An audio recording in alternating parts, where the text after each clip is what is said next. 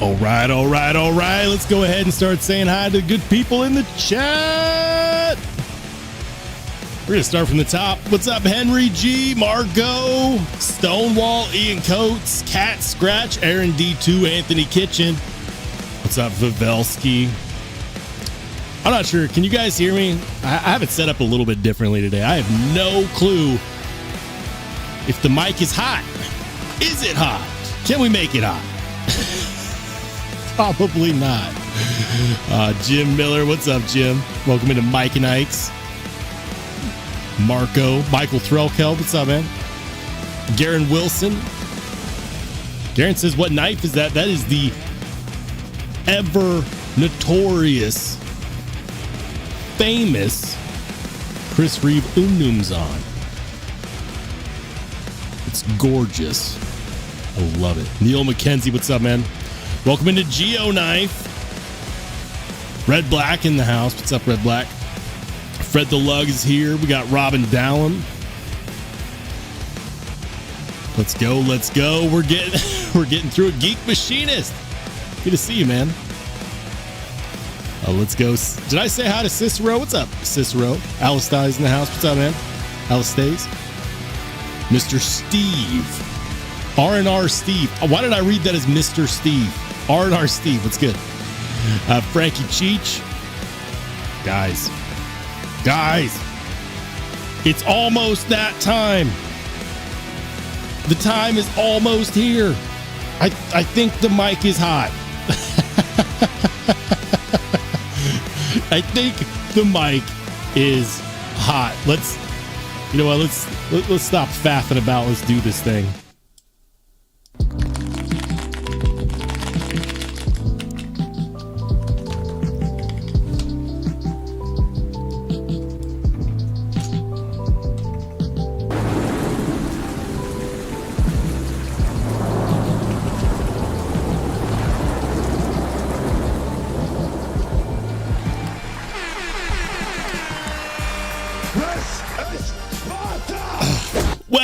Well. Fancy seeing you here. Guys, by my estimate, it's about 7:58 p.m. Mountain Standard Time, which is close enough for government work, horseshoes, hand grenades, and in some countries, nuclear missiles.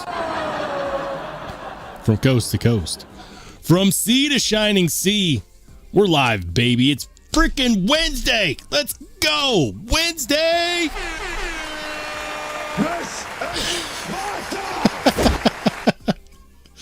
Like, Rollshambo, what did you consume? My huge. I'm on the last batch, the last harvest of the spicy peppers from my backyard, and they always do a good job of getting me fired up. I'm not retarded, but I like rocks. Always do a good job of getting me fired up. I'm not entirely sure if Metal Complex is running another giveaway or not. Or people just forgot that I exist because I don't post every single friggin' day. I have no idea, guys. I'm not entirely sure myself. I've been busy. What have you been up to? Real life stuff, guys. Real life stuff. You know, sobering stuff. And when I say sobering, I mean boring. For example, this morning, I finally got off my ass and went to the DMV and got my license switched over to Idaho.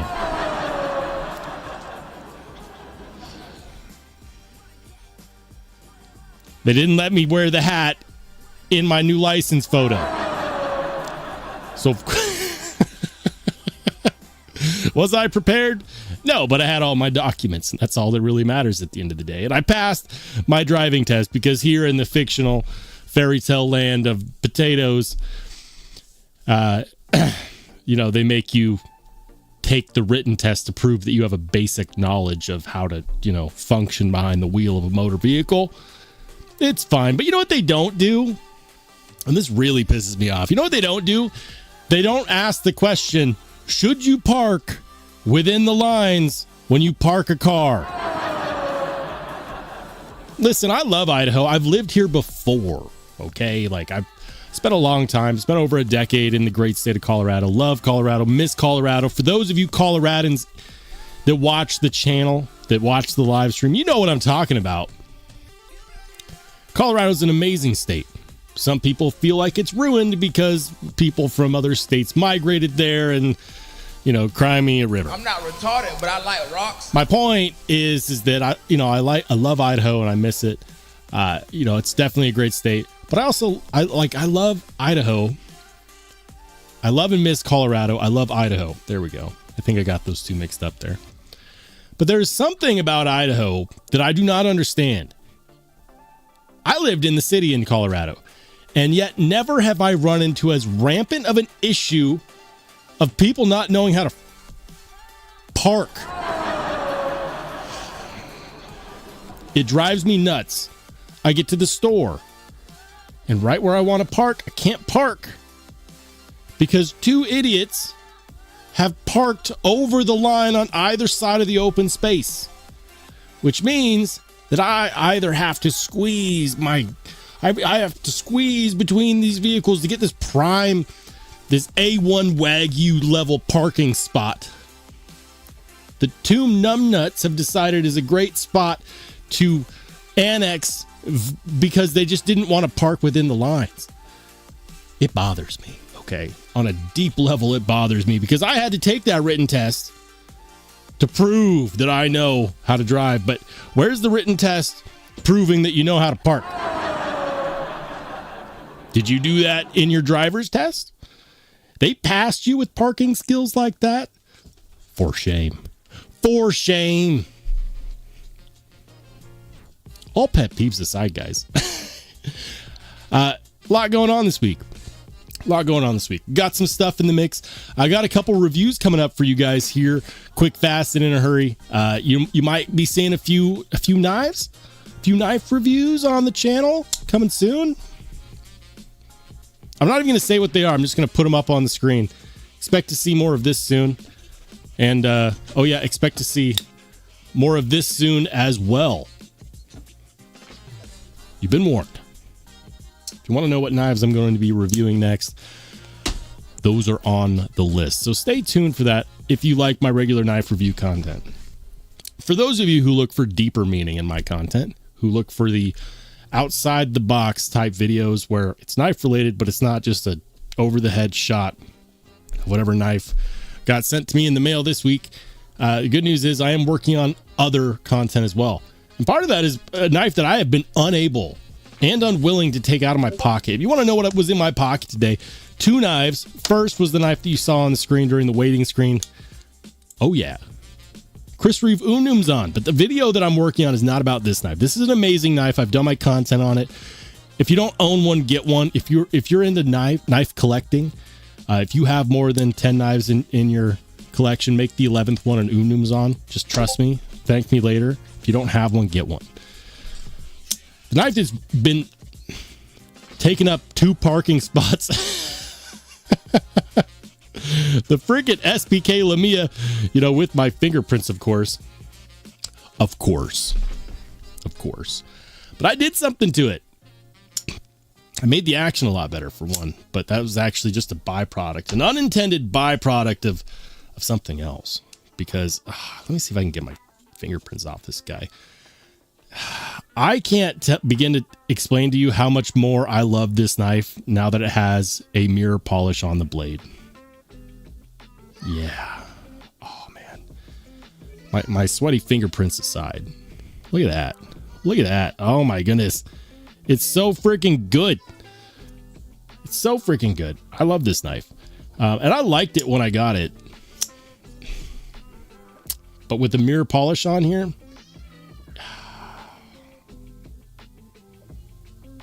the sharp and the shiny, I get lost in that thing. Sometimes I do. But listen, guys, it's not all about me. What was in your pocket today?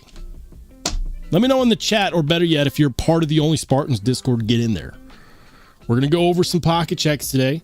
I'm going to talk about an upcoming knife release, which I'm really excited for. I cannot believe that we're seeing it on a retail site. That is crazy. We'll talk about that. I'll answer your questions in the chat. We'll chat. We'll have a good time. Yeah. Business as usual. Shout out to my man Bradford Mitchell. He says, you know why no one knows how to park in Idaho? Because the parking places do not exist like that state. Yeah, Idaho is fictional, and so am I. I am not, in fact, live right now. I'm a figment of your imagination. Brad, thank you so much for the $5 super, my friend. Blind Wolf Fury, what's up, man? What's up? He says, hey, chat and Rollshambo, hope all is well. All is great, except for the parking situation here in the Great Potato State. Ian says, I'm just here because I can't constantly watch anime. Well, you can. I have. There was a point in time where I binge watched it because it was free on the internet. It's still free on the internet. I just have stuff to do. Anyways. Retro Ryan was good, man. Welcome into Ed B. He says, doesn't Idaho have like 35 people in total? And all 35 of them happen to be at my local Fred Meyer, not parking correctly. Like, I get it. Sometimes you're in a rush, but how dare you? Right? Now, my wife did bring up something. She's like, well, what if they parked over the line because the person that was originally next to them parked over the line, and it's just this convoluted domino effect. No. The line has to be drawn somewhere. If you follow that logic, you are a part of the problem. And if that's you in the chat and you're like, yeah, that's me, I don't give a damn where I park.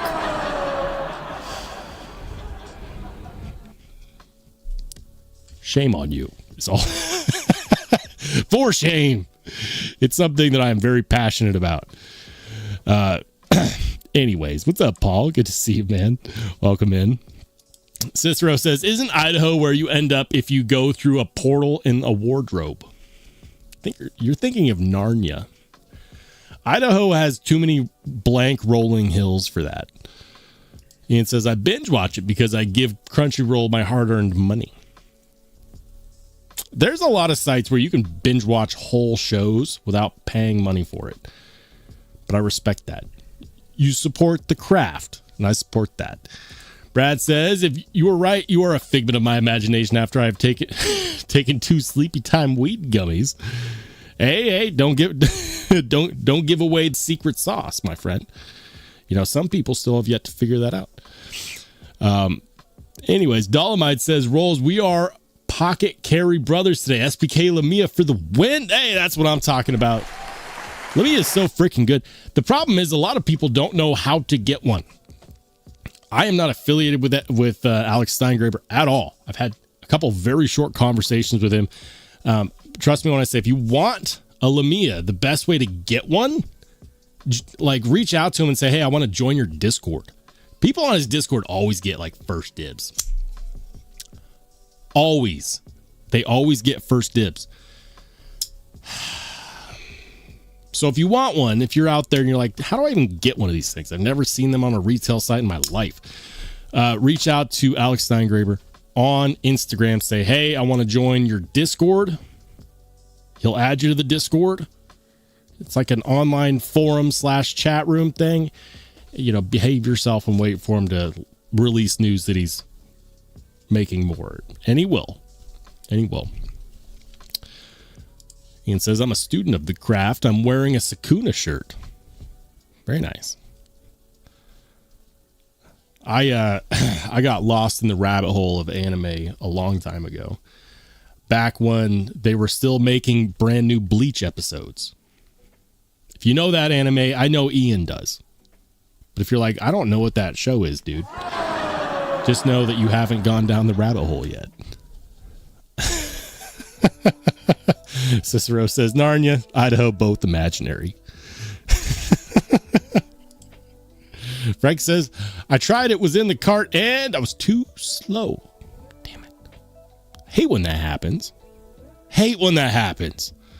Ian says, cars come with built-in cameras now. There are easily accessible switch-on camera or two and take some time parking. It takes 2 seconds. Listen, I won't complain, right? If I see that someone is parked if they park right next to the line and it's tight, but they're within the lines, fine. An attempt was made, good enough. We don't have to overthink it. But when you're a foot into the next parking spot. It's infuriating. Like, maybe I just haven't reached that level of not giving a damn. Maybe I need to. I'll probably be healthier. Brad says Bleach is a long, long, deep rabbit hole. Yes. With way too many damn filler episodes. Ian says, Roll doesn't know who Sukuna is. I don't. I haven't seen that one. I'm not entirely sure. Cicero says Cowboy Bebop is superior. I didn't watch that one as an anime. I watched the live action variant that had what's his face from why am I blanking on his name? Harold from Harold and Kumar, right? I watched the live action that had that guy. Ian says, you don't know me in anime. I've crushed like 10 series in the last month. Ed says, in Roll's defense, neither do I. A lot of people don't. Listen, it's a whole rabbit hole in and of itself. Ed says, Roll's like button. Likes to be tickled. Tickle that like button, guys. Knife stuff. Oh, yeah. We talk about knife stuff on this channel, too. Before I get too deep into this, and because I really want to see this guy succeed, I have to share this with you.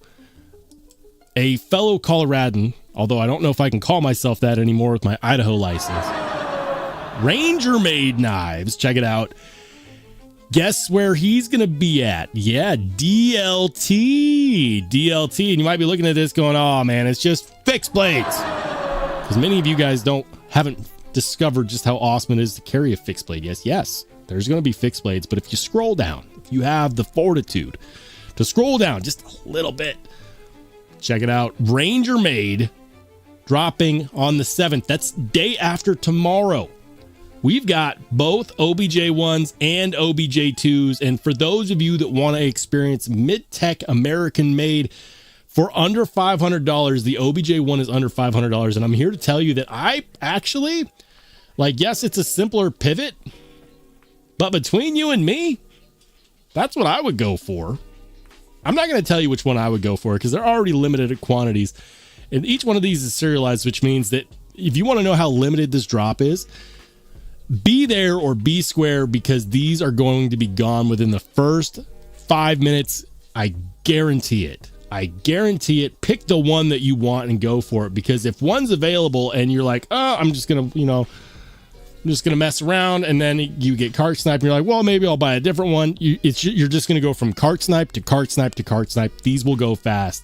I guarantee it. Specifically, and I'm calling it right now, all of these OBJ ones that are $475, $475 for full titanium build. S35 Vienna. I'm not the most wild person about S35, but I do like it. Are these contoured scales? They look like it. That's my jam right there, guys. Damn it, I'm giving it away. One of you is going to buy this out from under me. I know it. $475?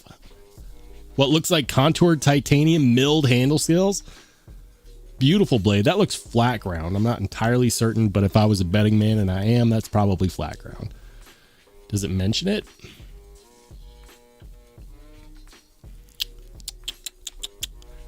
It's crazy to me that this is $475 still. Like, when I saw the OBJ2s at $650, I was like, here it is. Ranger Made has joined the crowd of knife makers that are like, hey, we can charge more for our knives and people will still buy them.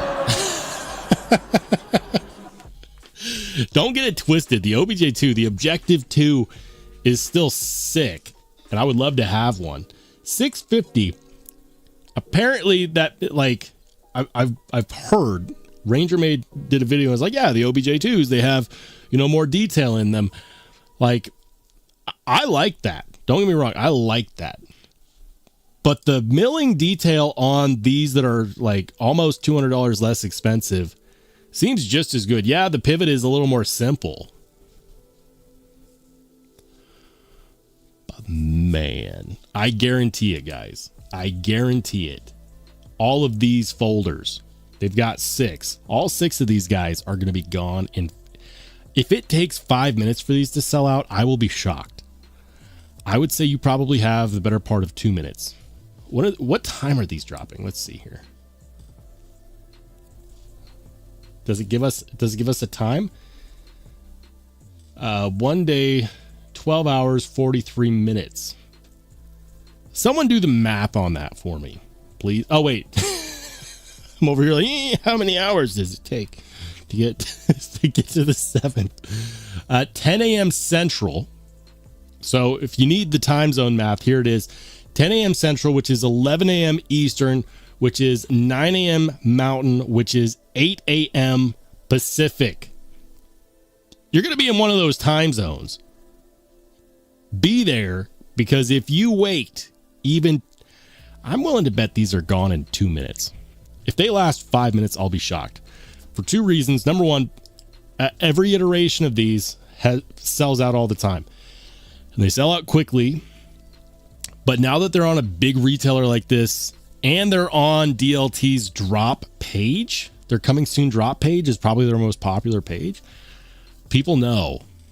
And so, am I nerfing my chances? Yeah. But even if I don't, I want one of you guys to be able to. I think that this is a great deal for at either of these price points, personally. But I had to throw this out there, for one, because I want to support this guy. I love the fact that he's American made. Love the fact that he's doing knives in a fashion which we want, as inexpensively as he can. If this had an Oz Machine Company logo on that, you could call that a $900 knife. If this had, Alex Steingraber's logo on it, you could call that a $900 knife.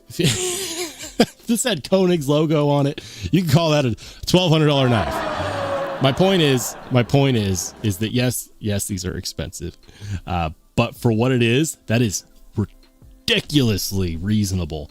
And I, for one, am super excited. Be there or be square. Low Country Hillbilly says, those Ranger Maids are nice. I like the green unit simple one. This guy right here. Yeah, that's sick, man. You know what I like about this one is that it's kind of got a distressed look to it. I feel like that's going to wear in nicely over time. It's a sheep's foot, and I've gone back and forth on the sheep's foot shape myself. So they've got 2 sheep's foot. This plain Jane, like that, I love that finish on the blade. Like, I know it's just an acid wash. It's an acid wash finish. It's an acid wash satin finish. There we go. Damn it, Sean Connery. I get excited about this stuff, guys. Like, I do. I know, like, listen, I'm gonna step it back for a second, because we have to say hi to Red Black. Welcome. I think it's welcome back. I think. Thank you for becoming a Spartan. Appreciate that, man. If you're not in there yet, get in the Only Spartans Discord, and if you don't know how to, hit us up in the chat. We'll tell you. Geek Machinist says noon tomorrow. According to this, it's 11. Depending upon your time zone, I'm going to do this again. It's going to be noon. Wait, no. It's going to be 11 Eastern, 10 Central, 9 Mountain, or 8 Pacific. These fixed blades are pretty sweet too. This blade shape kind of reminds me of like the Schrade old timer sharp finger, or whatever they called that. It is kind of a classic blade shape-esque, but better. Those are $300. 80 CRV2. That's nice. I love that pivot. I wish that he did that pivot on the OBJ ones. But then again, like, I get it. Defeats the purpose, right? Are those still contoured? I'm not entirely sure. You see that? It looks like he got halfway through. Wait. I didn't have the screen share up. That's my bad. I was talking about this one. You're like, Rolls, you're not sharing your screen anymore. The fixed blade I was talking about was this guy. This reminds me of a Schrade old timer sharp finger blade shape.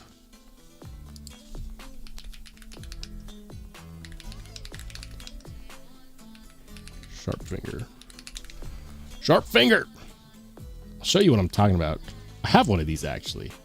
Yeah, that's what the blade shape reminds me of right there. Right? Is it just me? All right, look at that. Now look at that. Look at that. Now look at that. Right? Not crazy about this. I'm not crazy about this. I'm not insane. That looks similar-esque. But I was going to say, I really I'm wondering, are these still contoured? And if they are, does it matter? Because he's done these cutouts that make it look like he got halfway through deciding if he wanted to skeletonize them and said, nah. Call it a half measure. Call it a half measure. Paul says they would cost more. Yeah, absolutely. Irish Bomb Squad, haven't seen you in a long time, man. What's up? Ian says, I live outside time zones. I am from the nether. I knew it. Oh, man. All right. Hold on. Dale Lane, what's up, man? He says, has he done pocket check yet? Not yet. We'll get there very shortly. I wanted to first talk about the Ranger Made release that is happening on the 7th, because I think everyone should know. And I don't necessarily even think that Ranger Made's going to need my help to promote this. Like, I don't have a reason to. I'm not affiliated with him for anything, but he is from Colorado, which is my favorite state, by the way. Colorado is my favorite state. And look at these. Look at these. I guarantee these are going to be gone. Like, give it 2 minutes after drop. 2 minutes after drop, these guys are gone. I bet on it.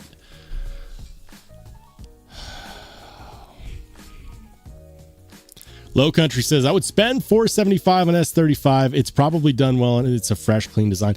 It's small batch, truly small batch. When Ranger Made releases knives, he does them like in batches of like 2 to 4 at a time. Like, these are incredibly small batch. The material cost is probably one of the least expensive things about this knife.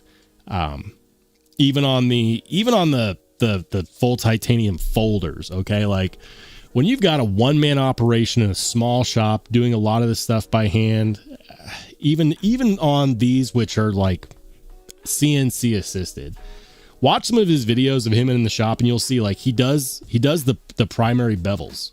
He grinds the primary bevels on these. He sharpens them himself. He does the finish work himself.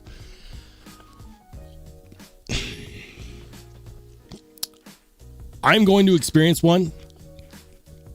Hopefully sooner rather than later. $475 is an amazing price. That is ridiculously good for what it is.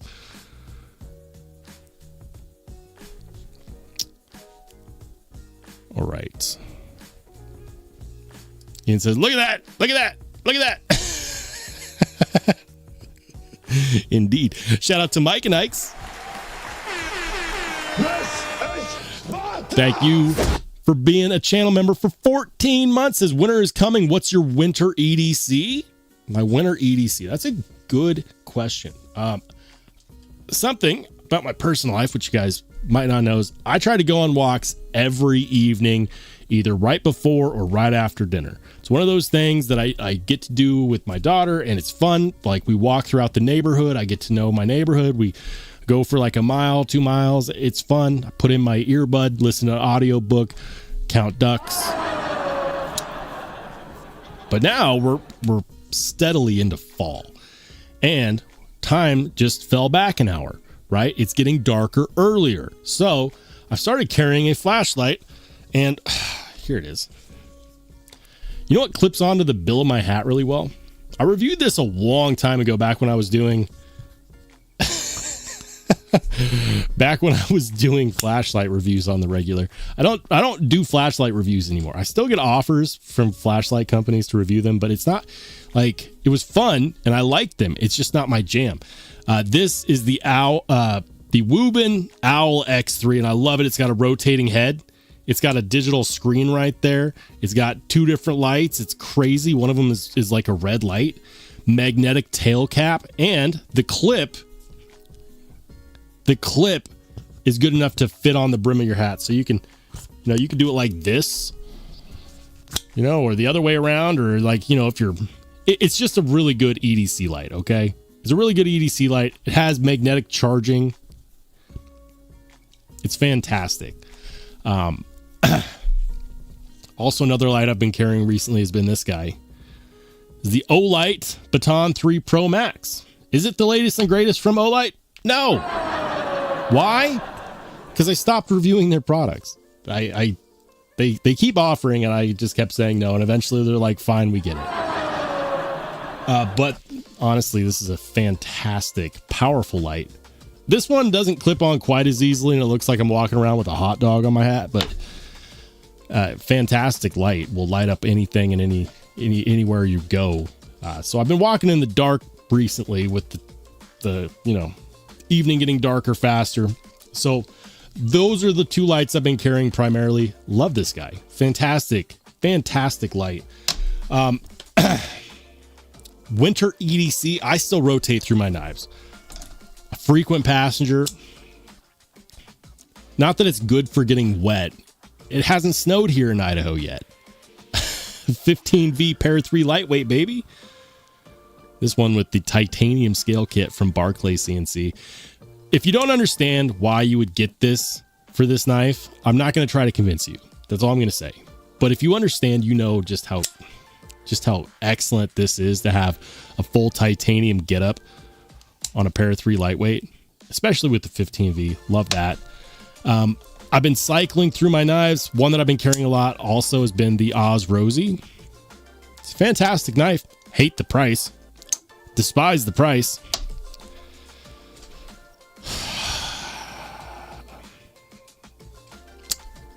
Non-American made knife I've been carrying.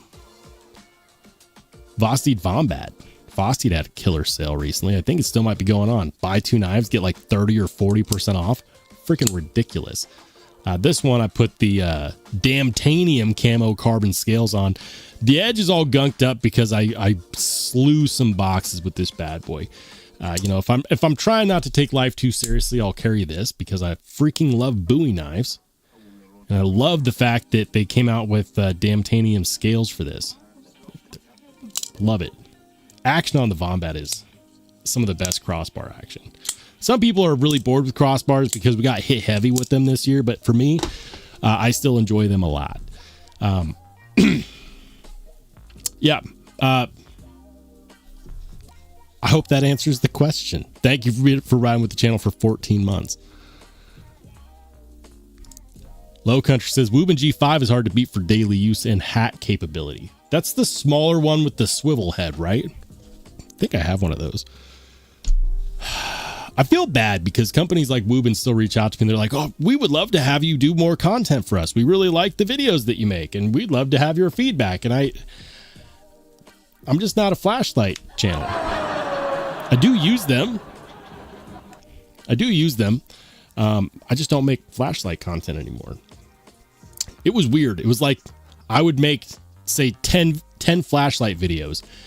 8 of them would suck. And by suck, I mean like nobody would watch them. The other 2 would get lots and lots and lots of views.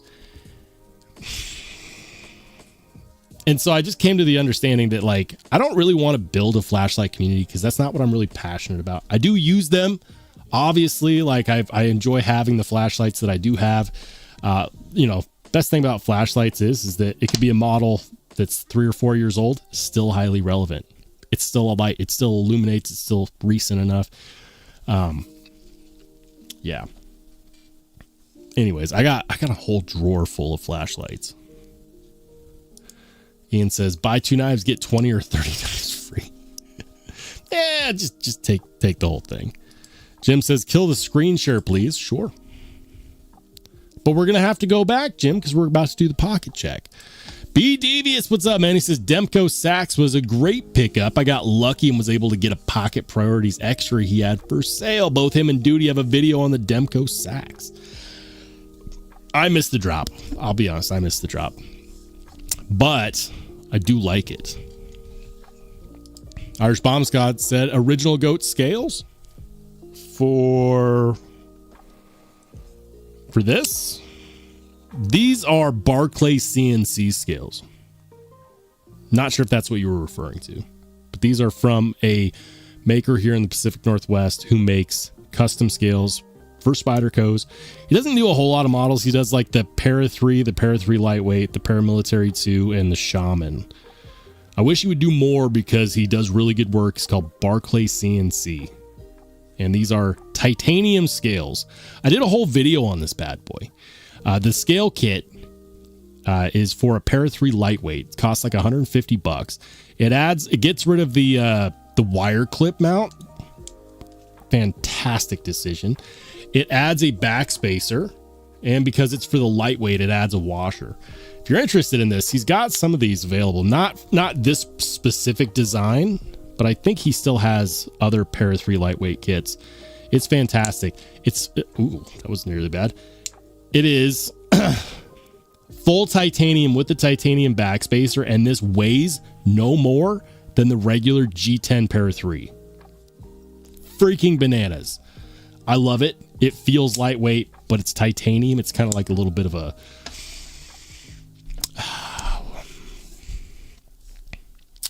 What's the name of the movie? Leonardo DiCaprio. Inception. Knife Inception. It's crazy. I love it. Let's go. Frankie says, did anyone pick up the Numb Knife N1? I thought about it. The problem is that I'm so laser focused on my hit list this year. You know, I haven't bought too many knives made in China. I bought a few. The Numb Knife N1 looks fantastic because it's a new knife lock, and it looks super addictive. But do I want it more than I want a Ranger made OBJ1? No. Do I want it more than I want, the new SPK Hadouken? Ian will correct me. Hadouken? Dragon Ball Z reference. No, like there's so many nice, like super nice small batch American made knives that I've been laser focused in on. So when I compare the really cool knives that are less than that, the thought in my head is, well, I could buy like 3 or 4 really cool knives that I won't carry as much, because my carry has changed. Like I typically, more often I carry American made knives, not because they're like necessarily better, but because they're on my hit list and I work really hard to get them right. For example, love carrying this guy, Unumzan. Are you freaking kidding me? One of the best boss level carries. Love the Unumzan. It's hard for me to get out of my funk, like, because I'll just rotate between like 5 knives, and I haven't even gotten to the Machine Wise Mojave yet, which I freaking love. Absolutely incredible knife. So for me, no, I didn't pick up an N1. I know they've been super popular. People really like them.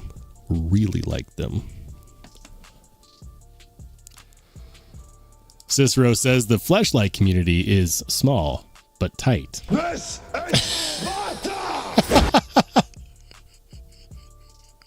Flashlight.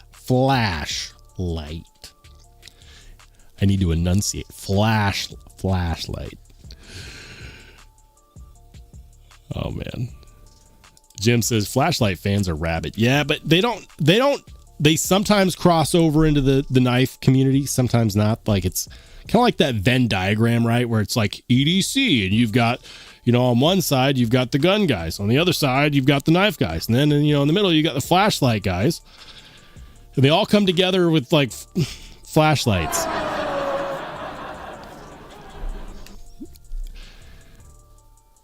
Anyways. Ed B says, flashlight fans have more problems than knife guys.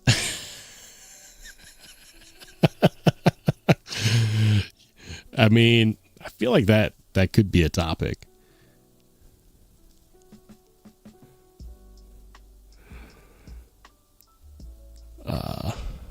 Low Country says, Barclay does excellent work. Love my maze scales on my 15V pair. Yeah. Yeah, Barclay's a boss, man. He does a really good job of making simple yet refined scales. Love it. Tori Casey, what's up, man? Sever7, thank you for the $2 super. Keep the change. It says Hadouken is used by Ryu in Street Fighter. I thought it was, oh, you know what? I got it mixed up with Dragon Ball Z. I was thinking of the Kamehameha. I didn't even watch Dragon Ball Z. Uh-oh, I'm outing myself. Lemons, what's up, man? He says, once you get into mid-tech stuff, it's hard to go back for sure. I still have a lot of love. I have a lot of love for non-mid-tech knives. A knife that's on my desk right now, for example, which is a good example of one of those knives that I did buy this year. Like, it wasn't sent to me, okay? This wasn't sent to me. This is the Golden Design Works Subcaliber. This knife is incredible. Button operated frame lock. Incredibly smooth action. Like this action is addictive. This one, of course, OEM'd by Bestech. And I love the pocket clip design. I love the dimpled milling on the handle scales. You know, from this angle, it could just be any other plunge lock, but it's not. It's a button operated frame lock. And this is one of those knives that I could annoy a whole schoolyard of children with this knife. Like, you think tapping pencils on your desk is annoying? Oh man, the Golden Design Works Subcaliber. This is one of those knives that I did buy, and I love it. I absolutely love this knife. So like, it's knives like this which remind me that good knives are made everywhere. Low Country, thank you so much for the $2 super. He says, Word just bought a Monkey Edge Zon and a GSO3. Hey, congratulations, man. The Monkey Edge frag Zons are hard to get. They are highly sought after, and they are more expensive. For me, here's the thing. I knew that I was going to carry this knife a lot. And so for me, I was like, you know what? I'm not going to go glass blasted. I'm not going to spend the extra on glass blast. When I know I'm just going to mark it up. Give me the sandblasted, plain Jane. Like nothing too terribly fancy, because this is one of those knives that, like, some people will look at this and be like, how could you carry a $500 knife? They start hyperventilating. But that's because they don't know. Chris Reeve will make this brand new for you. It doesn't matter what you do to this knife.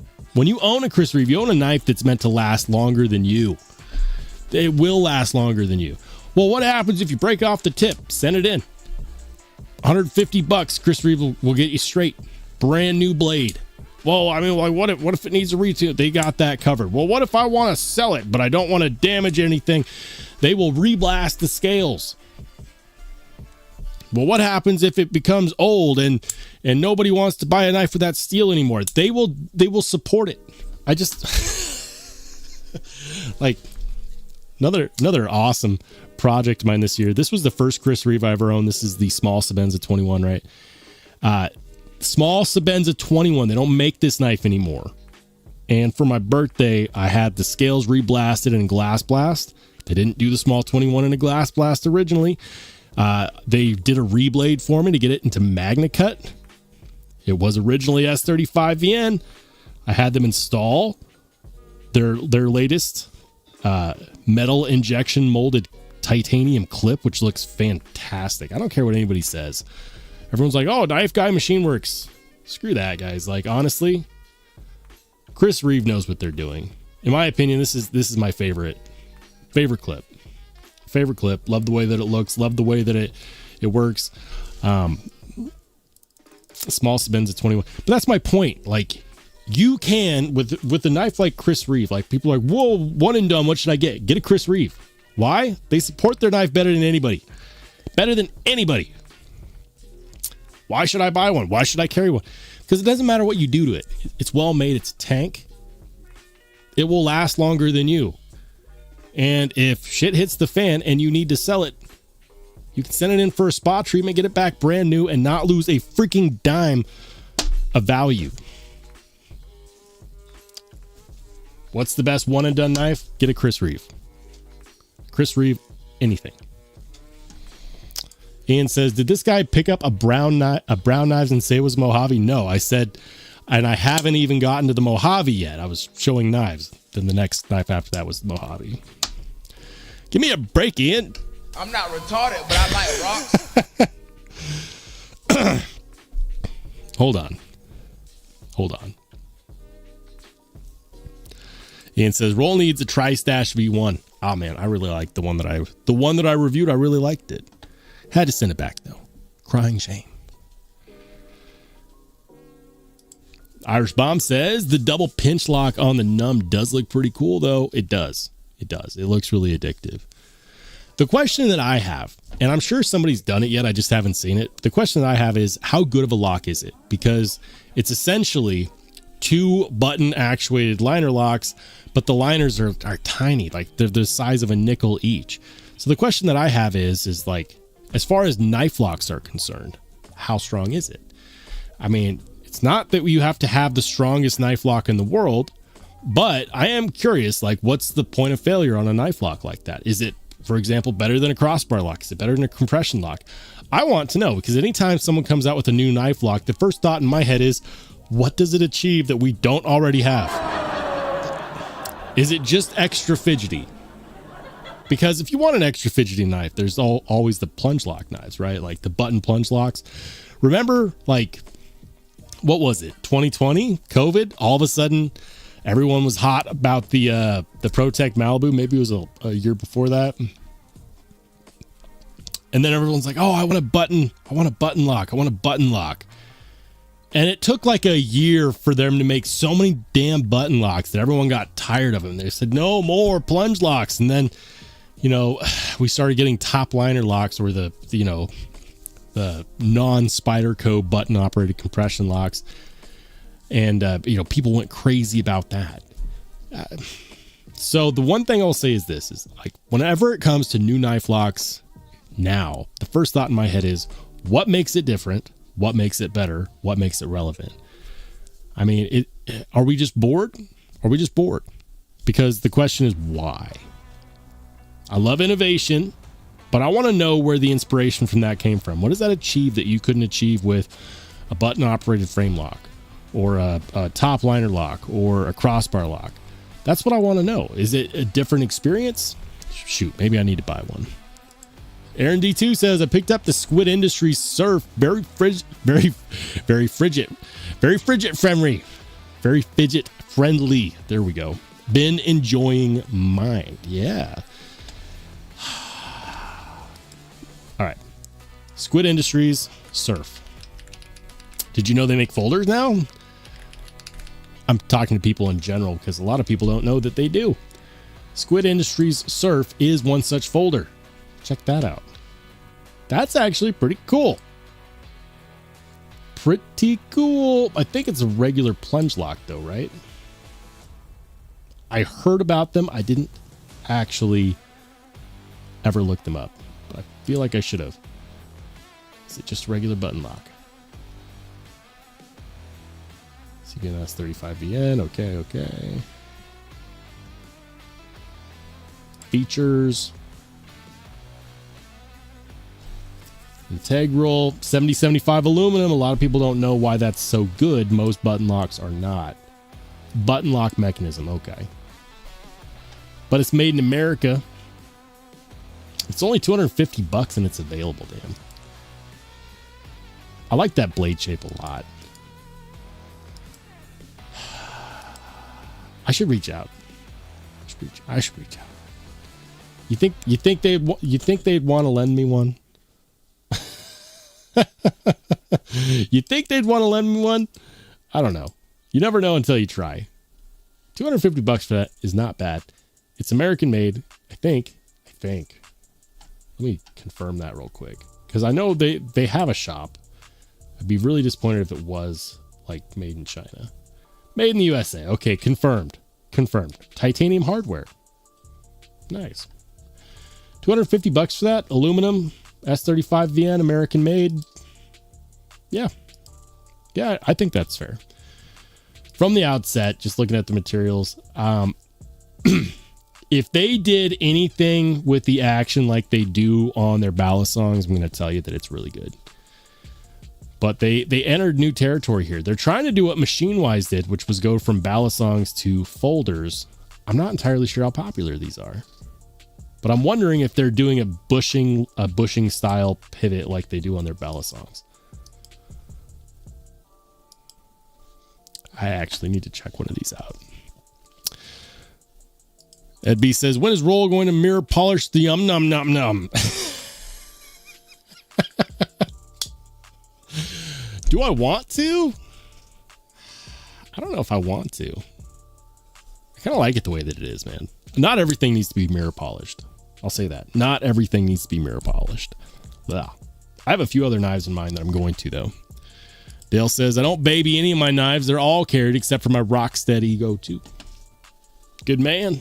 All right, guys, we're going to get into the pocket check. Hold on a second. Hey, shout out to Sever7 for another $2 super.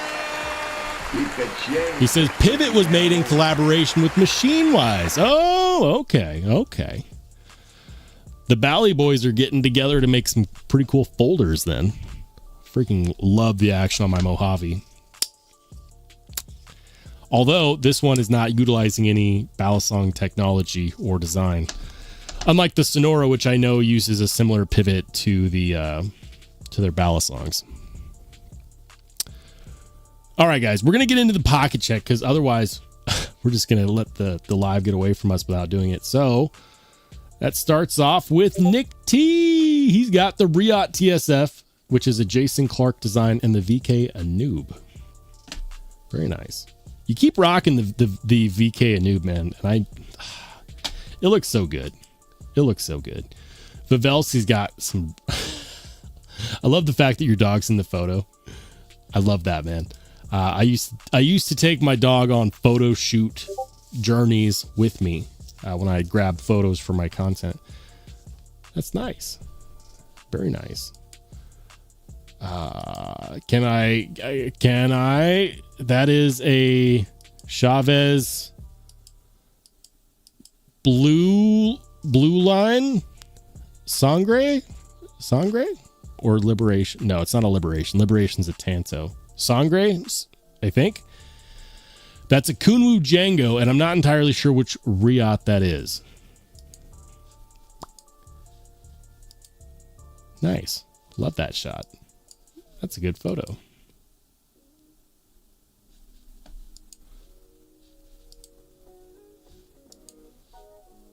Very nice. Oh, he did actually tell me it's a Riot Mantis. Chavez blue label. Hey, I got it right. I got it right.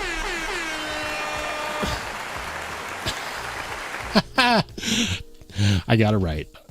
Everything except for the Riot, which is fine. John Tagamori. Ooh, I love that. Love that. Craig Brown Cortex XL. Love that milling pattern. At least I think that's the XL. That's not the Cortex Mini, right? That's too big to be the Mini.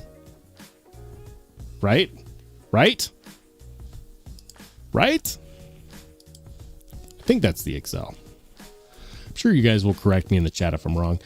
Frankie, that is beautiful. I love the green crystal tie there, man, but I'm going to tell you, I have no clue what that is. Looking at the pivot, I would say, what is it? What is it? Let me know. Let me know in the chat. ASMR live stream. It puts the lotion on its skin.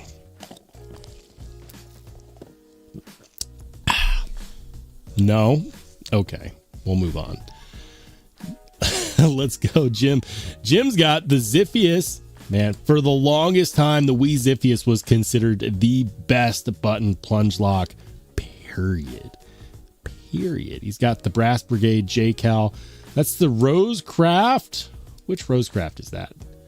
Olight Baton 4, right? Right. Rosecraft Clinch River Swayback. I should have known. What's more interesting is Jim drinks Monster Energy drinks. Jim, I am shocked. I shouldn't be, though. I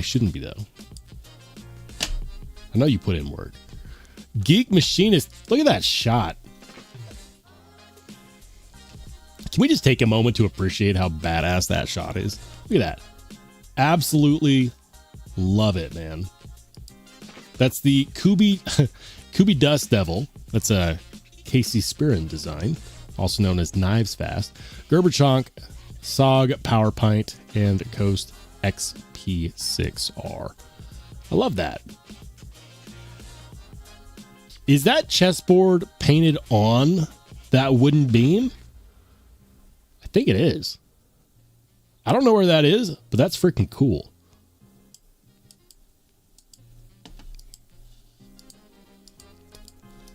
All right. Craig Vincent, he's got the Mayhem Limited, the XL Espada of the Cold Steel 5 Max, the Kaimano Rough Rider 30th anniversary. Look at that. That's the Mayhem he's talking about. It has S45, S35 VN steel. That was it was an exclusive from Midway, right? A Midway exclusive, Midway Knives. Yeah. Solid carry, my friend. Bradford Mitchell, he's got Why do I suck at these? That's the Seki City Spyderco. Which one is it? Is it an Endella? Endella? Serrated? I should know. I'm a spider bro. I should know.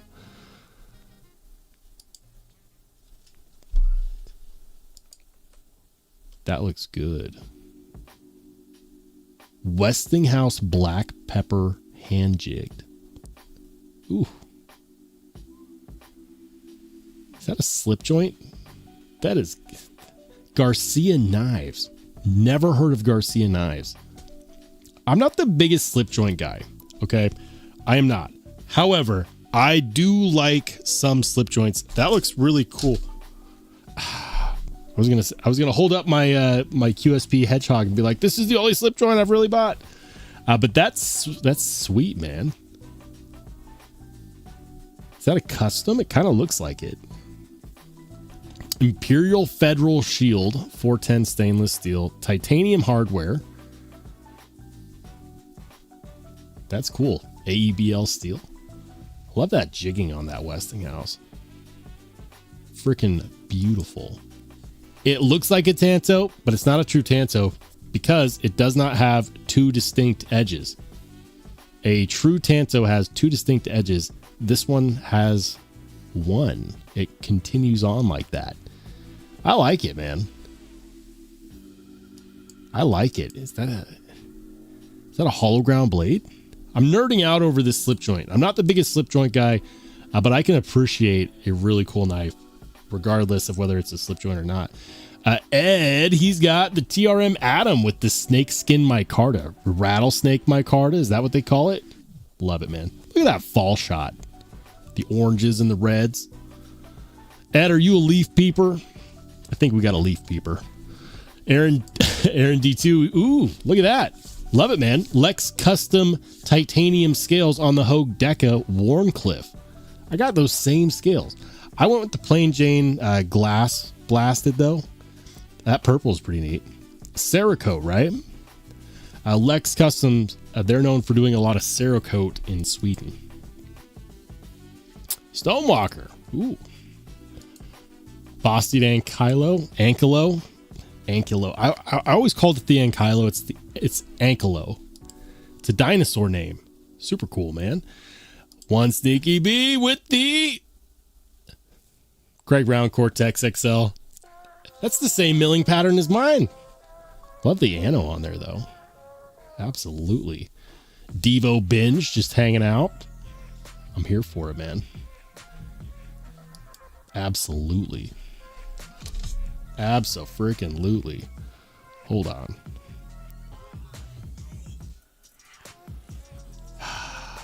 My phone was over here trying to interrupt the live stream. Bradford Mitchell says it's a Pacific Salt in H1. It'll never rust, but it will also have a really hard time keeping an edge. H1 is really good as a serrated steel because it's not known for its edge retention. Serrations do a good job of giving you cutting ability, even without the best edge retention, and H1 being one of the most corrosion resistant steels out there. Some people are gonna be like, why H1? Because it's corrosion resistant. Why serrations? That's why. Brad knows exactly what I'm talking about. Cat Scratch says, check the Nova from Javi Garcia. All right. Javi Garcia. Nova. Triple Aught Design? I didn't know they were affiliated. Are they one and the same? Yes, Cookie Consent. The Javi Garcia Nova Triple Aught Design Edition. $1,100. $1,100. Damn. I don't know if this is just a special edition or if they were all with Triple Aught Design. I like that. The topo is cool on there. That clip is egregiously long, though. I'm going to say this. The clip looks cool. From an aesthetics point of view, the clip looks cool. But I'm looking at that going like, that's going to hit, like that little ski jump is going to hit right there. Like, I want the tip of the clip. I want the clip tip to hit the hollow of the hand. That's how it disappears. Because if it hits on the inside of your knuckles, man, that's no bueno. Of course, I haven't held one, so I don't know if that's the case or not. I really do like that. It appears to be a hollow grind. As a betting man, that looks hollow ground to me. Freaking beautiful.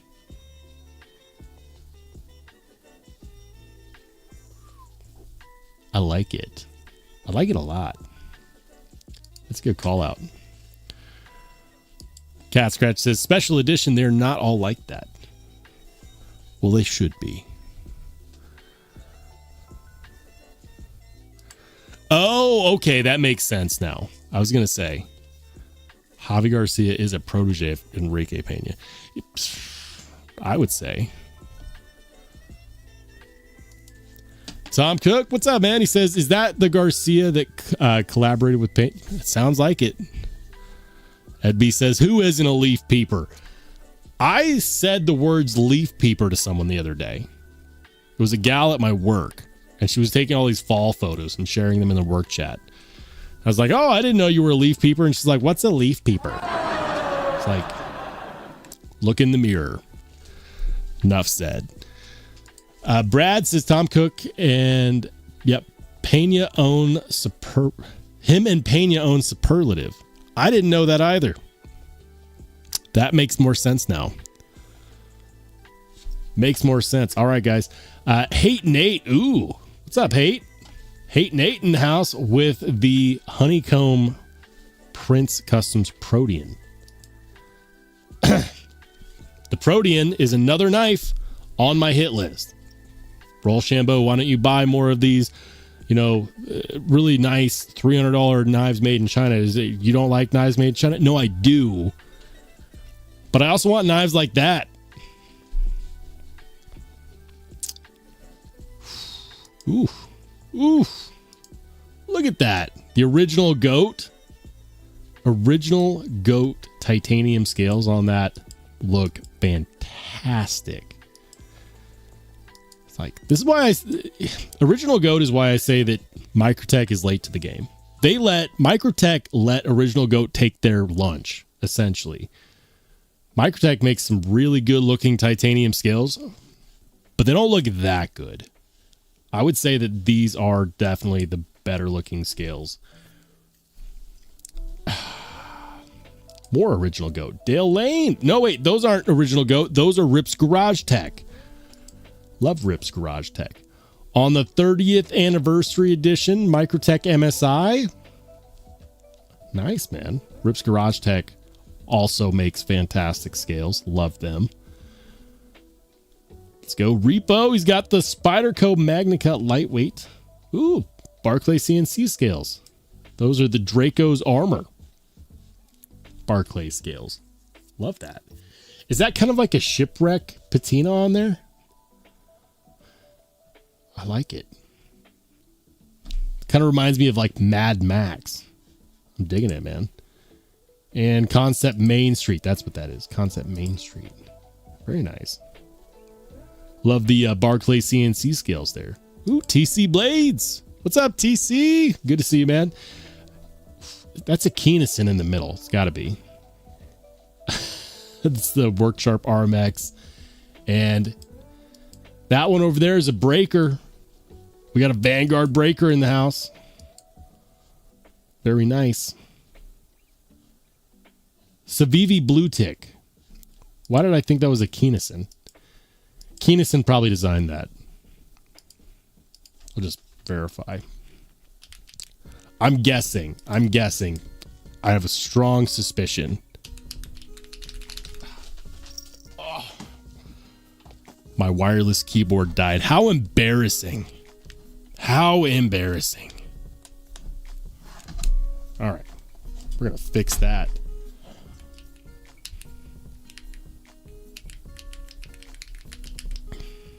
Designed by... Yeah, Keynison Knives. I knew it. He always does the dog designs. The dog names. The dog themes. You know, I was going to do my best to resist getting an RMX, but I feel like I kind of have to now. Everyone else has got one. I need to know what they're all about. Add it to the list. Sever 7. Ooh. I know what that is.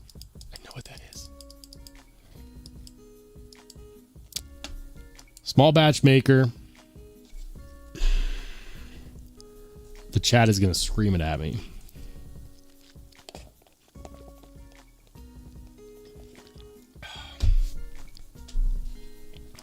I know what that is. I don't know why I'm having a brain fart. It's on an Arcane Hank, but that is not Arcane. That is a Hypercut manufacturing. Hypercut manufacturing. Biku. Did I get it right? Do I get a scratch and sniff sticker? I think so. Hypercut. Biku. Did I get it right? Hey, scratch and sniff stickers for me. I knew it. Never doubted myself. Not. I like the watch too, man. That's classy. Red Black, he's got the Mora Eldris and the Griffin X series. Okay, I see you over there with the Mora. People love their Mora knives. Look at that beautiful Scandi grind. And they're not super expensive, but they're super useful. And then lastly, we got Fred coming in hot with the CMF Knives Mini Mustang that we helped make. Fred's doing that these days. He's helping knife makers make custom knives. That's pretty freaking sweet. Purple NTPT scales. I'll be honest, I'm not entirely sure what NTPT is. I know, I'm a peasant. I know. Norris Ladder Damascus. I've definitely heard of that. Friggin' beautiful, man. NPT. What is that scale material? NTPT. What is NPTP? Wait. NT.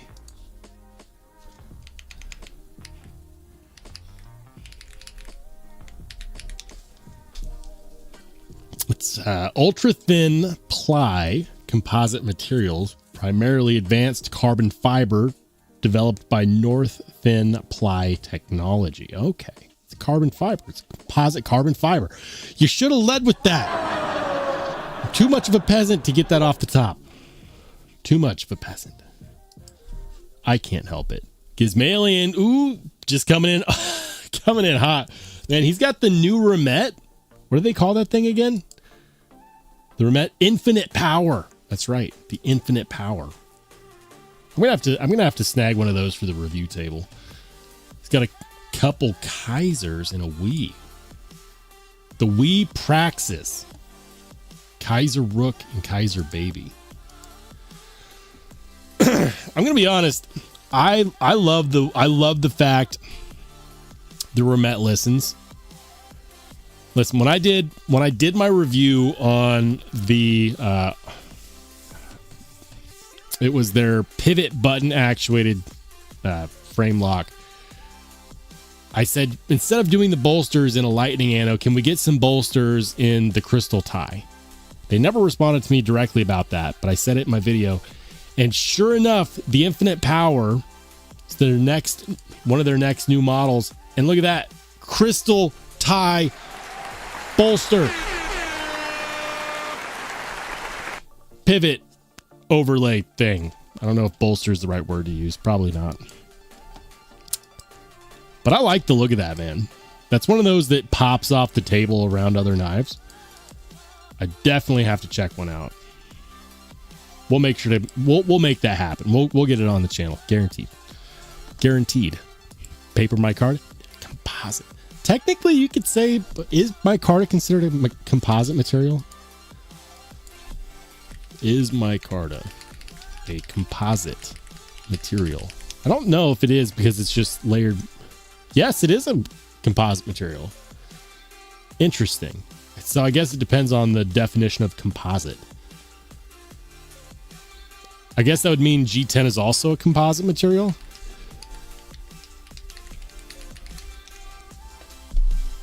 Yep. They're all composite materials. Randy Butternubs, what's up, man? Tom Cook says, Roll, what's your take on the Worksharp RMX? I haven't handled one. My initial response was no, I'm not jumping in on the hype train and waiting in line. Like, I wanted to check one out. But I didn't want to stand in line for one like it was a freaking iPhone. The Worksharp RMX is one of those that I look at and I'm like, it's a knife made by knife sharpening guys, so I have certain expectations. We'll bring it up here on the screen share in a second. Worksharp RMX. Can you even buy one right now? Do people still have to wait in line for them? Yep. At least you do. Wow. I don't know why I keep skipping to the intro. I don't know if it's just on their website or if they're sold out everywhere. I'm going to assume that they're just staying sold out everywhere. That's what I'm going to assume. They just stay sold out everywhere.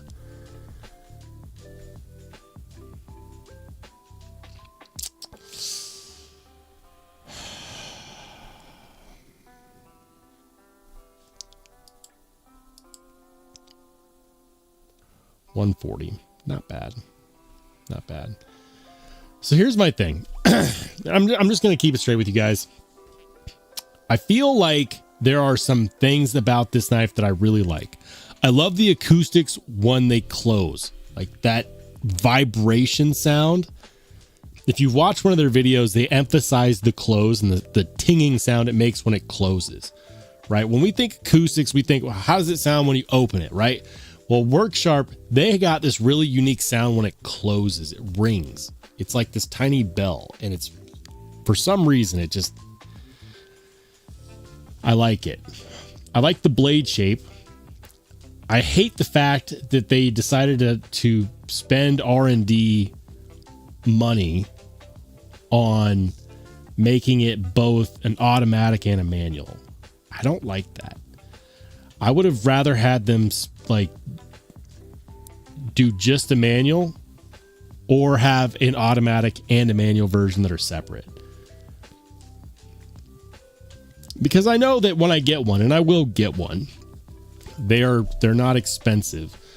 When I get one, I'm gonna put it in manual mode and call it a day.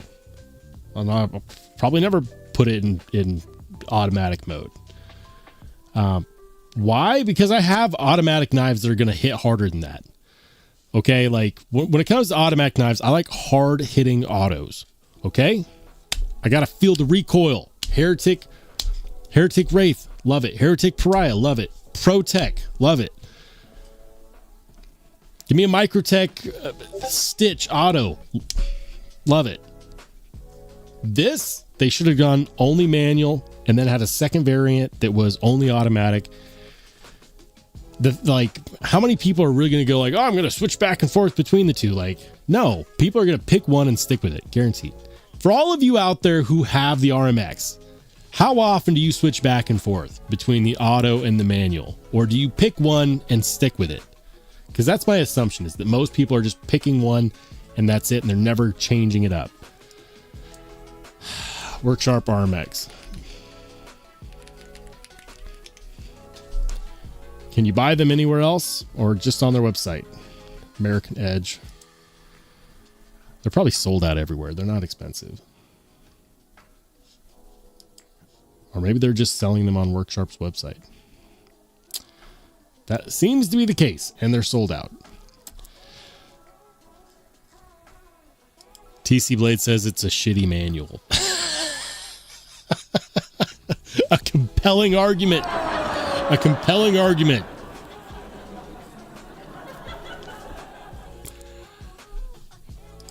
TC Blade says RMX tries to jump out of your hand. Look, I'm going to get one. You don't have to sell me on it. I'm going to get one. But everyone says that about the autos. Like, oh, this is a hard-hitting auto. And then I hand them my Heretic Wraith V4, and they're like, never mind. This is a hard-hitting auto. It's like, I have, like, the standard for what I consider to be hard-hitting these days. I've never had a out the side auto that had more recoil than a Heretic Wraith V4. Like, the recoil is so bad that if you hold down the button, it'll bounce off the back bar and not lock. Like when you pop the firing button on a Heretic Wraith V4, you have to release it after you press it because the recoil is so hard it will bounce off the stop pin. A lot of people don't like that. I like it. A lot of people don't. So when people are like, oh, it's a hard hitting auto, it's like, but there's a sliding scale, right? And it's all depending upon the context and the perspective. I'm going to get one. So you don't have to sell me on it, because I am going to get one because I want to put in my 2 cents. I feel like most people that reviewed these, like most of the notable channels that reviewed these, like, Neves and them. I don't know.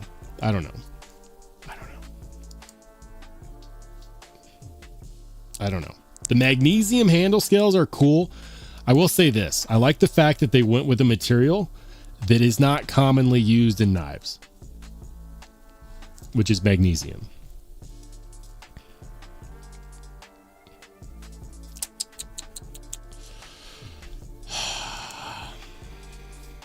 I'll get one. And if I don't like it, I'll just turn around and sell it because everyone wants one. Fred says, did not like how the RMX worked or felt in the hand at Blade Atlanta. Mechanism is not fidgety at all. You guys are really not doing a good job of selling it. What's up, Sean? He says, Roll, I generally dislike WE knives, but I'm on the fence regarding their Corwin. Any thoughts? The acoustics sound great on YouTube short vids I've seen. WE Knives makes some amazing knives. And one of the reasons why is because early on, before they got really popular, they were used by Todd Begg of Begg Knives. Todd actually helped train their factories on manufacturing processes that helped make them who they are today. So that's one of the reasons why their quality is through the roof. You got to give credit to Todd Begg. But we Corwin, pull it up on the screen here. We Corwin, I'll be honest, have not checked this out. This reminds me of another Praxis. If I'm being completely honest, this reminds me of another Praxis. I like the fact that you've got different carbon fiber inlays. And, ooh, a hand satin version too. Flipper thumb stud combo. Your choice of, what is that? Mars? No, Lava Flow. Okay. I was going to say Mars Valley, but it's Lava Flow. Lava Flow fat carbon. Arctic Storm fat carbon. No, that's aluminum foil. I'm just getting it wrong all over the place. Aluminum foil, carbon fiber. Black and pink carbon fiber. What? That does not look black and pink at all. Where's the pink?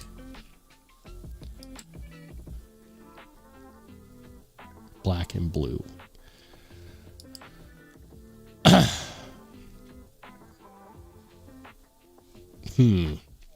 Well, for one, I'll say this. If it was me and I was going to get one, I would go with the Lava Flow personally. I like the hand satin.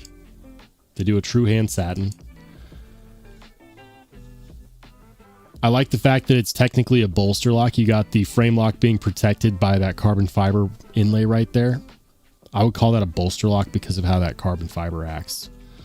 And that actually will give you more longevity out of the knife if you carry it a lot.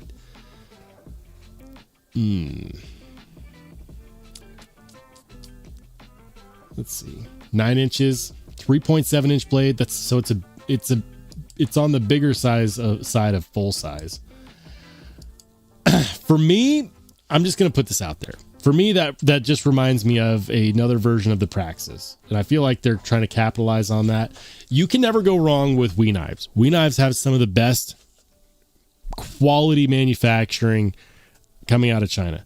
Now, that being said, I like it. It's a beautiful design. It reminds me of the Praxis too much. I would say at that point, might as well just get a We Praxis. Personal opinion.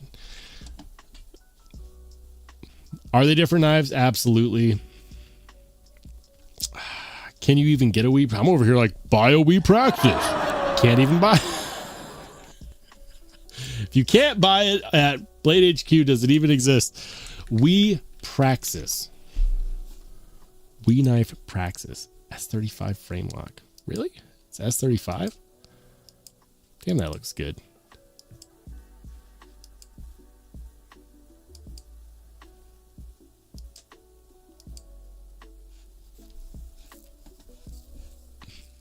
Jim says, We has priced themselves out of the market where Met Concept, Fair Monster are kicking their butt. Yeah.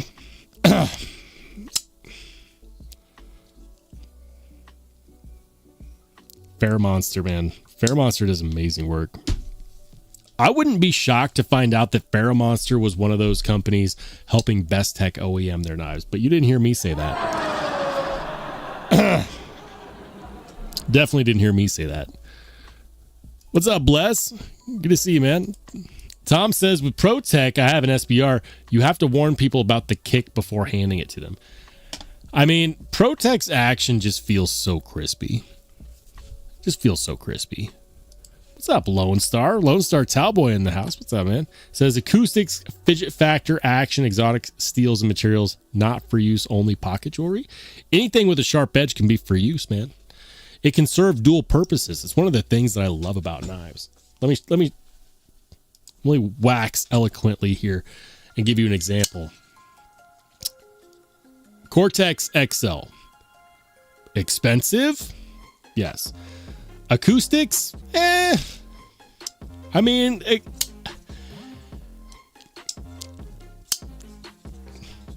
fidget factor through the roof. The way this deploys feels incredible, right? Exotic steels, yeah. Magna Cut. Exotic materials, I guess if you consider titanium to be exotic, we see it so commonly these days. I have a hard time saying that it's exotic, but it, rare earth metal, sure.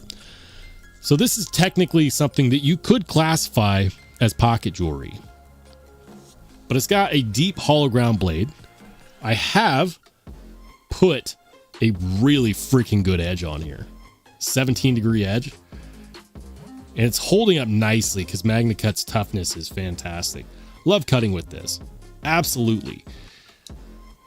So what I'm going to tell you is that it really depends on who's buying it, right?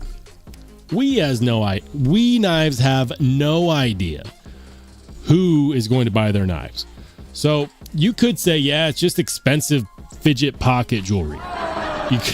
You could absolutely say that, but it's not the knife's fault. A knife is only what you make of it. It could serve a dual purpose. For example, like my fingerprints. That's one thing I hate about mirror polishes. I always end up putting my fingerprints on it. SPK Lamia, right? Vanax Contour Titanium, small batch American made. First thing I did after I put a mirror on this bad boy was put it through some cardboard because I wanted to see if I would scratch the blade. Because when this had an aluminum oxide finish, I put it through some cardboard and it scratched the aluminum oxide finish on it immediately. Come to find out, the mirror polish is actually holding up better than the aluminum oxide ever did. That's crazy to me. You could make an argument that this could be pocket jewelry, but honestly, that's so good after I polish that guy. But honestly, it actually functions better after I made it better looking. So it 100% depends on the perspective of who buys it. Is it the collector? Is it the guy that just wants to open and close knives all day long because he has EDC ADHD? We don't know. We don't know. I carry everything I own. My use case scenarios are mundane.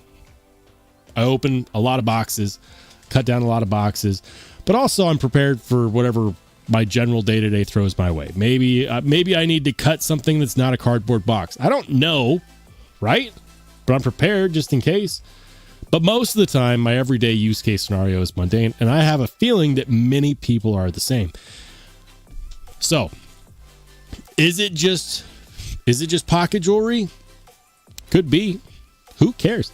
It could be whatever you want it to be, but at the end of the day, it depends upon who's buying it. Anyways. TC says, wait, how did you polish step milling? I'll tell you how. First of all, I'm over here trying to rub fingerprints off. Before I ever hit this, I'm going to do a video to properly show off this knife because the fingerprints on here absolutely kill it on camera. But I was able to keep the step milling by polishing with the grain. So a lot of times, like, look at that. Yeah, it's mirror. It has this crazy effect. So I figured this out when I was working on polishing other knives for practice, because I wasn't going to hit this on the buffing wheel without practicing on some knives that I cared a little bit less about first, right? So what I found is that good luck getting the original satin finish off of a blade, even with the buffing wheel at high RPMs, by going with the grain. Good luck. It'll take forever. And so the rule of thumb when you're polishing is first you have to get rid of the old scratch pattern by going in the other direction. That's how you get rid of the old scratch pattern.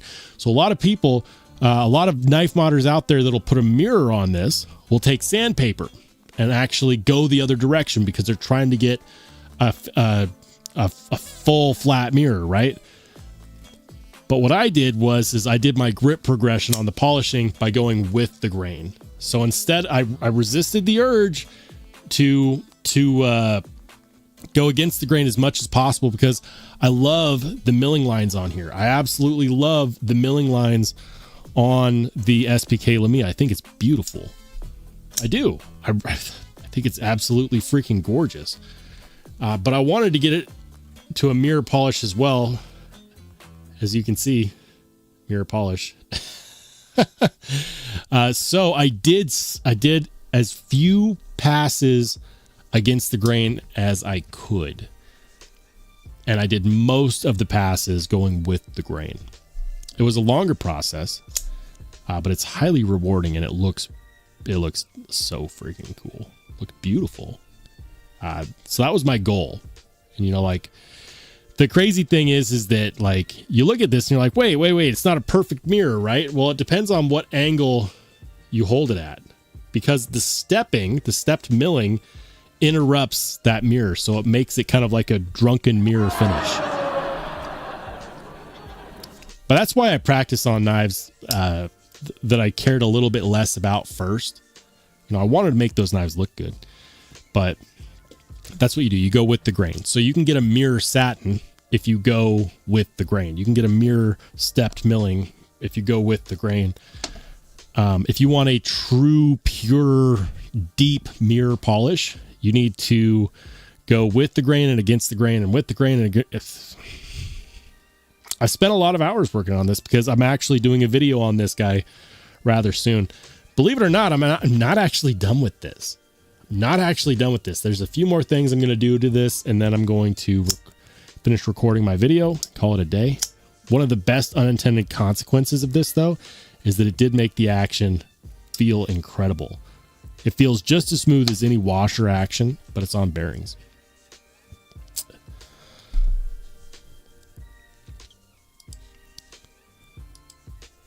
All right, he says, well, I know what I'm starting tomorrow. Ebby says, pocket jewelry, use your shit. Use your knives. If it doesn't have scratches, I'll do what I want, Ed. I'll do what I want. I carry all my stuff. And if I need to use it, I will. Good example. Oz Rosie.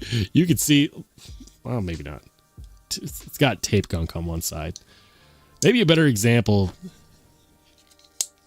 Vombat. There we go. The black does a great job of showing the tape gunk. I go through a lot of cardboard. It doesn't matter, guys. Use them, collect them, sit on them. I don't care. If you enjoy it, that's all that matters. Nobody pays your bills but you. Ed B says, Roll's next blade is a benchmade. Probably not. Had a guy call me a liar when I told him I regularly use my expensive knives. You know, I'm laughing because here's what happens, guys. This is 100% what happens, okay? This is the crowd that I call the use your knives crowd, and I do the air quotes for a reason.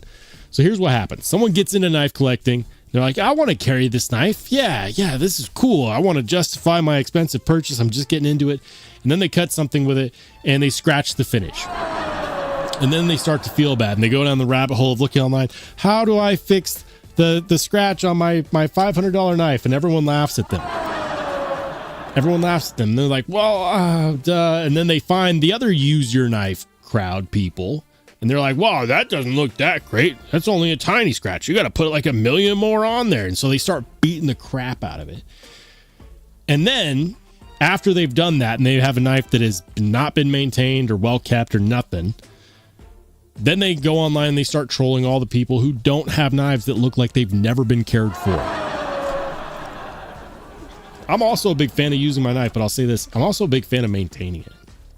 Okay, like wear patina specifically can look fantastic, but it doesn't matter. The use your knife crowd is just, honestly, it's a group of people that feels bad about having knives that look like shit. And they want everyone else's knives to look like shit, so that it justifies their knife looking like shit. But at the end of the day, whatever you do with your knives is your business. Nobody pays your bills but you. Whatever you spend your money on is your business. How you use that is entirely up to you. Whether you use that for mundane peasantry like me, like opening boxes, opening mail, opening plastic, like foodstuff items, plus whatever my cutting needs might be. It's about being prepared. It's about being ready for your day. That's what everyday carry is, because you might not need it every day, but it's better to have it and not need it than need it and not have it. And on that note, guys, we're going to go ahead and call it a day. Man, it was a fun live stream. Thank you for joining me here on this awesome Wednesday evening. We plan, here I am telling the universe my plans. We plan to be live again this Saturday, 8 p.m. Mountain Standard Time. My live streams are every Wednesday and Saturday, 8 p.m. Mountain Standard Time. Every Wednesday and Saturday, 8 p.m. Mountain Standard Time, which is 10 p.m. Eastern, which is 9 p.m. Central, which is 7 p.m. Pacific. Get out of here, you filthy animals. If you want to hang out and chat, you know where to find me. Find me over on the Only Spartans Discord. Otherwise, have a great rest of your week, and we will catch you on Saturday.